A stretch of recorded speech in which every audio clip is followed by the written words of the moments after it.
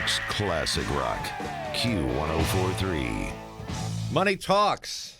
AC/DC, Q104.3. It does, and I imagine that it has caused Michael Levy and Damian Leone of Staten Island to get a lot of attention over these past few weeks. The phone's probably been ringing with people on the other end who wouldn't take their calls not long ago. They are filmmakers, and they made an independent film, a horror film, Terrifier 2. It's getting about a 91% rating with audiences on Rotten Tomatoes. And when it first opened, you got the rare 100%. It's a gory horror film. Horror films are supposed to be gory, I guess. And the deal is, it was a ultra low budget independent film. Now, let's be real about the world of ultra low budget independent film. Feature films, independently produced on very low budgets, in most cases are completed, and then they go to obscure film festivals to die. That's what happens to them. With this particular movie, Terrifier 2, made on a shoestring, $250,000. That was the budget for this film. Which is nothing for a film. As of Saturday, it's $8 million. And still growing. And still growing. We don't know the Sunday figures yet, but that was as of Saturday, $8 million. And it's in the top 10. The top 10. I mean, look who's in the top 10. The Rock. You know, you're up there with The Rock. And you were up there with Julia Roberts and George Clooney. Yep. And the Halloween movie. Never mind the Halloween movie. Everyone's talking about Terrifier 2. Now, so we have them here with us. Yeah. Michael, the producer, and Damian, the director. There's no major motion picture company involved in this. You guys did this on your own. How did you make this hit? Oh, my God. First of all, thank you for having us. It's so great to be here. Yeah. Okay, that's Damian. So people will know whose voice is whom. Damian, say hi. How you doing? Okay, and Michael? Hey, everybody. Okay. How did you do your magic? How did we do this? Just a lot of hard work, years. It took us 3 years to make this movie because we had such a small crew. Plus a pandemic. And a pandemic. Right. You know, I mean, if you just see what's happening now, you would think this is sort of like an overnight success. Like, it just blew up, and most people never heard of Terrifier. But I created this character of Art the Clown back in 2005 or 6 for my first short film. And he was only in the first opening 2 minutes. And everybody who saw that short film said, you know, I do the special effects. They said, your makeup's cool. There was some demons. But they said, but that clown at the beginning is so striking. He's so creepy. You have to keep making more movies with that guy. I need to know more. I need to see more. And then it was about making more short films that focused on him. And the goal was always to get him into a feature. And it wasn't until I met my partner, my co-producer now, Phil Falcone, who's the only one who believed in me, to give me money to make it. And it's just a really tight-knit family affair, really. You know, Terrifier 2 is a core group of about 9 filmmakers. Yeah, it's literally just 9 of us that made this movie, like the core people that were there day in and day out. And, you know how hard it is to make a film, and just to have 9 people, you know, and we believe in each other. And we also worked very hard, and we believed in the project. So, you know, when you're hanging out making movies with people that you really, really are close with and enjoy doing the process with, it makes it a lot of fun, even though you're working 30 hours a day. Okay. Well, here's a question. Now, I haven't seen the movie. I've only heard about the movie and read about the movie. And by the way, it was the Staten Island Advance story. Oh, wow. That's where I first heard about this. There you go. But it's gory, and it's creepy, and it's bloody, and you had no special effects budget. So how on earth did you create the special effects? Right. Yeah, so I do all the special effects He's myself. a whiz, genius. Yeah. Like my producer Phil actually helps me. He's my assistant, and he's not a makeup artist, but he just wanted to learn on Terrifier 1, and he's learned a lot now, and he's by my side. Well, Phil was a Wall Street guy before this. They had a whole career, and then wanted to do films, and you know, linked up with Damian. And that's how we met. Through Yeah, him. but it's the visual effects that Yeah, are. it has This is to old work. school practical effects. It's no CGI. If anything, we used 1% CGI to augment some of the practical effects. You know, maybe I'll put a real person's eyeball onto a dummy so you can get the movement, some blinking, things like that. But it is all old school Tom Savini, splatter, 80s grindhouse gore. And, that's what really has the movie, people talking about the film now. Is because And gagging, actually throwing up. Well, that's how it Because all it blew up. looks real. It's pretty... I hope so. Well, that's what I read. Is that's what's freaking people We the try to blank make out it as is real it as looks possible. real. Yeah, Yeah, some people thought we actually did do some of the things we were doing. We're like, no. And we do use some real, some. We go to the grocery store sometimes. We'll throw some real meat, some fat, some in there because you can't get any better looking than the real thing. So Okay, so you go into the supermarket. And what is it that you asked the butcher for? What are you looking for? One of our main. We actually have a friend who works as a butcher, and he would give us a bunch of fat and put it into sausage casings so we could get our intestines, and we use that a lot. And all kinds of wonderful little tricks. But the thing about this movie that really sets it apart with the gore is that this is an unrated movie playing in mainstream movies, which is very In rare. mainstream theaters. Yeah. Right, mainstream movie theaters, which is very rare. So there's one scene in particular where somebody's killed in the middle of the movie over the course of about 3 minutes. And you see everything. It's done in a very bright, well-lit room. And it's just things, I mean, if you've seen Terrifier 1, you know what you're getting into. But if you just walk in, I would assume there's a lot of casual moviegoers out there who just say, oh, it's Halloween's a killer clown movie. I want to go in and see this. And they don't know what they're That's in where all the store fainting for. and passing that out might be is where the coming fainting from. is coming Well, were it to be rated, what do you think it would be? I think the first cut would have been an NC-17 if they would have came back, and we would have had to cut a lot of stuff out of it. Right. What do you have to do to get an NC-17? I think it's just the relentless amount of violence and just showing. I mean, I don't want to go into detail, but we show some pretty horrific things that And linger on them. Hollywood always cuts away, and with this film, just because our fan base is so into what we did with the first one, Damien, really, we made this movie for the fan base, and then everybody kind of just followed, when it got bigger. Yeah. There's hardcore porn. Right.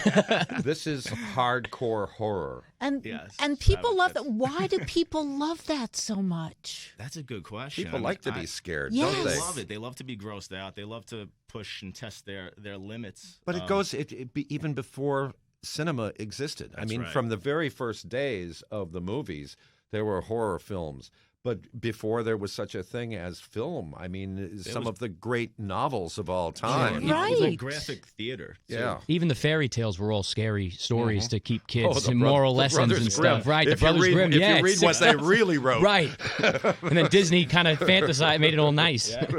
See, when I was a kid and I was watching horror movies at a very young age, I always felt cheated because some movies, you'd see the knife go up, comes down, you don't see the impact on the body, or you would cut away and just hear a scream. And then I'd watch other horror movies where you saw the violence, and that was eye candy to me. And I said, how come some show it and some don't? I like the ones where I actually see it. So that's kind of the mindset that I carry into my work. I want to be very generous with the effects and with the gore and show people things they don't necessarily see all the time. But now the pressure's on because you boy, got to yeah. get even worse for Terrifier 3. And there's got to be a 3. And probably Hollywood is knocking down your doors, right? Yeah. They're probably It's surreal. confused. Very surreal. Right? They are may be confused. Yeah. This is They're- a little unprecedented. Yeah, they're for sure. confused because you guys came out of nowhere and you were not on their radar.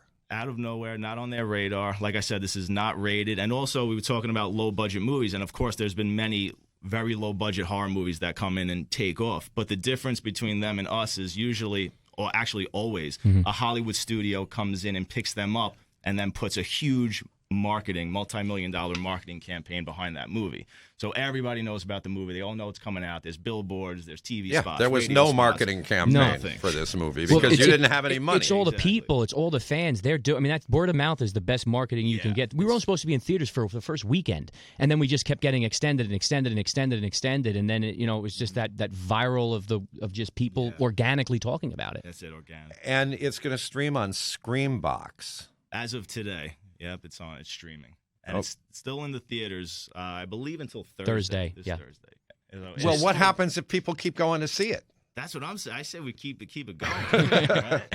It is fun to see with an audience because there's a lot of audible reactions, a lot of screaming, a lot of cheering, And the puking. yeah. Right. Yes, What and the makes it an passing event? out. It's an event. So, Damien, as a film director, what have you been doing? Like to eat, to live on. Yeah, your real job.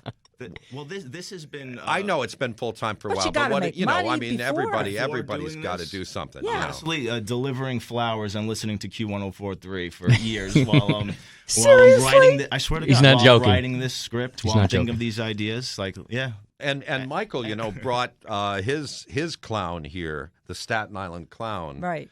It's totally unrelated too, a few which is years so ago. crazy. Yeah, but remember how scary that was? Oh, yeah.